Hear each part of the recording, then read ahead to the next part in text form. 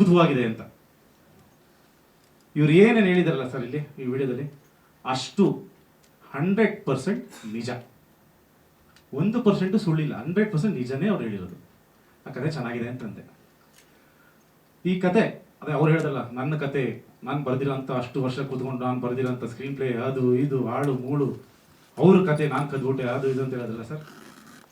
ದಯವಿಟ್ಟು ನಿಮ್ಮೆಲ್ಲರ ಕೈಲೂ ಫೋನ್ ಇದೆ ಅಲ್ವಾ, ಹಾಂ, ಗೂಗಲ್ ಓಪನ್ ಮಾಡಿ ಸರ್, ಜಸ್ಟ್ ಗೂಗಲ್ ಓಪನ್ ಮಾಡಿ.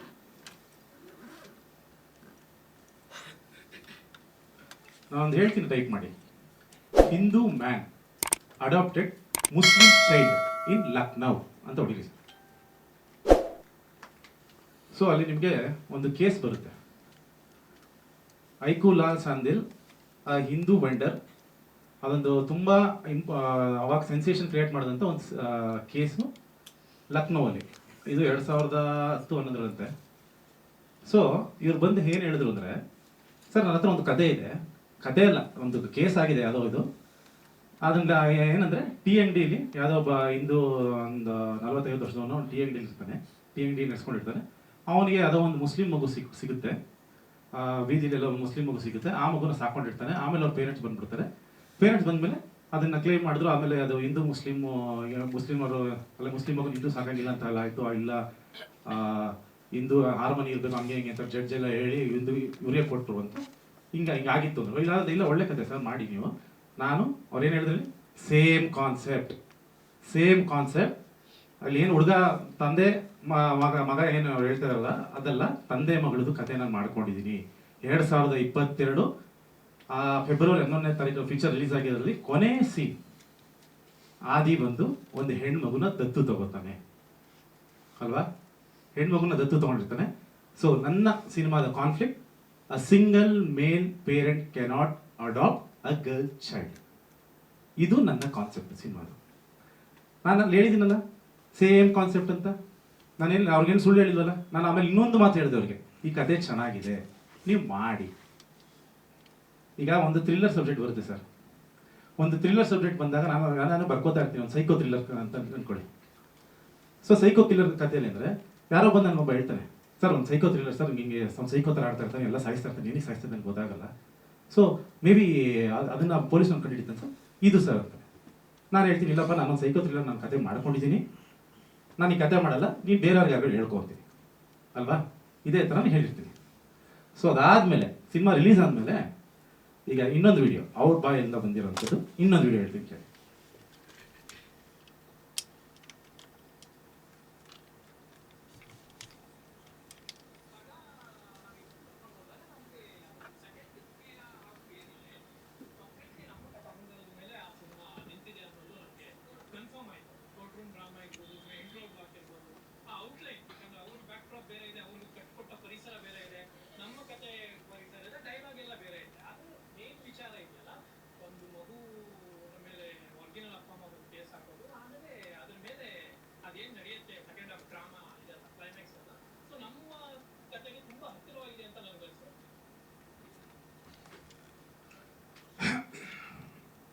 ಸೊ ಕೇಳಿಸ್ಕೊಂಡ್ರಿ. ಈಗ ಅದೇ ಆ ಥ್ರಿಲ್ಲರ್ ಸಬ್ಜೆಕ್ಟ್ಗೆ ಬಂದ್ಬಿಟ್ಟು,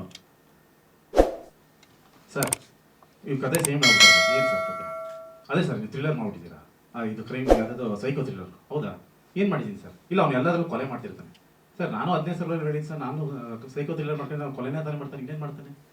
ಇಲ್ಲ ಸರ್, ನಾನು ಅದರಲ್ಲಿ ಪೊಲೀಸ್ನವ್ರು ಹುಡ್ಕೊಂಬಂದಿದ್ದ, ಇದರಲ್ಲಿ ನೀವು ಪೊಲೀಸ್ನವ್ರು ಹುಡುಕ್ಬಿಟ್ಟಿದ್ದೀರಾ. ಕೊಲೆ ಆದ್ಮೇಲೆ ಪೊಲೀಸ್ನವರೇ ಬರ್ತಾರೆ, ಇನ್ಯಾರು ಬರ್ತಾರೆ? ಏನಾದರೂ ಲಾಜಿಕ್ ಇದೆಯೋ ಹೇಳೋ ಮಾತಲ್ಲಿ? ಅಲ್ಲೇ ಯಾರೋ ಮೀಡಿಯಾದವ್ರು ಪಾಪ ತುಂಬ ಚೆನ್ನಾಗಿ ಕೇಳಿದ್ರು, ಸರ್ ಸ್ಕ್ರೀನ್ ಪ್ಲೇ ಏನಾದ್ರು ನಿಮ್ಮ ಥರನೇ ಇದೆಯಾ ಅಂದರು. ಇಲ್ಲ ಸ್ಕ್ರೀನ್ ಪ್ಲೇ ಎಲ್ಲ ಏನಿಲ್ಲ. ಹೌದಾ, ಓಕೆ ಸರ್. ಸೀನ್ಸ್ ಯಾವ್ದಾರು ತಗೊಂಡಿದ್ರಿ? ಇಲ್ಲ ಯಾವ ಸೀನ್ ತಗೊಂಡಿದ್ರು? Okay sir. ಡೈಲಾಗ್ಸು? ಯಾವ ಡೈಲಾಗ್ಸು ಇಲ್ಲ. ಮತ್ತೆ ಏನಯ್ಯ ನಿಂದು, ಏನಕ್ಕಯ್ಯ ಬಂದಿದೆಯಾ? ಲವ್ ಮಾಕ್ಟೇಲ್ನ ನಿಲ್ಲಿಸಿ ಗೆಲ್ಲಿಸಿ ಪ್ರತಿ ಒಂದು ಎಫರ್ಟ್ ನಾವು ಎಷ್ಟು ಹಾಕಿದ್ದೀವಿ ನಮಗೆ ಗೊತ್ತು. ಅದು ನನ್ನ ಲವ್ ಮಾಕ್ಟೇಲ್ ಇವತ್ತೇನು 2019-20 ರಿಲೀಸ್ ಆಯಿತು, ಅದನ್ನು ನೀವು ಬರೀ ಸಕ್ಸಸ್ನ ನೋಡಿರ್ತೀರ. ಆ ಲವ್ ಮಾಕ್ಟೇಲ್ ಆಗಕ್ಕೆ ಅದಕ್ಕೆ ಹಿಂದೆ 10 ವರ್ಷ ನಾವು ಏನು ಕಷ್ಟಪಟ್ಟಿದ್ದೀವಿ.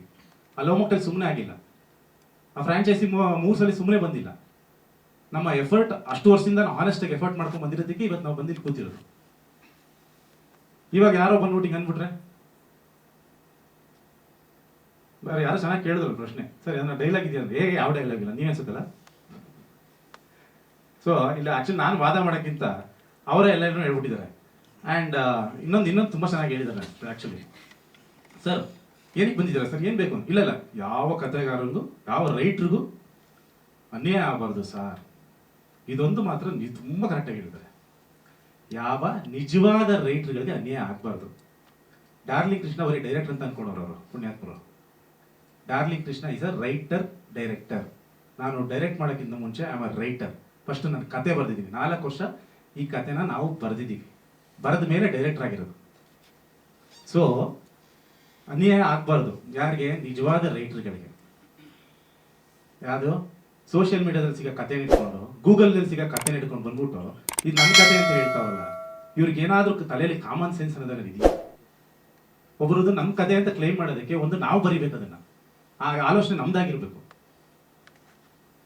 ಗೂಗಲಲ್ಲಿ ಆ ಕತೆ ಎಷ್ಟು ಸೆನ್ಸೇಷನ್ ಕತೆ 2011 ನಡೆದಿರೋ ಲಕ್ನೋ ಕೇಸ್ನ ತಗೊಂಡ್ಬಂದ್ಬಿಟ್ಟು ನಾನು ಬರೆದಿರೋದು ನಿಮಗೆ ನಿಮ್ದು ತಗೊಂಡಿದ್ದೀರಾ, ಏನಾದ್ರು ಆಯ್ತಪ್ಪ, ಯಾವ್ದಾದ್ರು ಒಂದು ಸೀನ್ ಇದೆ ಹೇಳೋದು, ಯಾವ ಸೀನ್ ಇಲ್ವಂತೆ?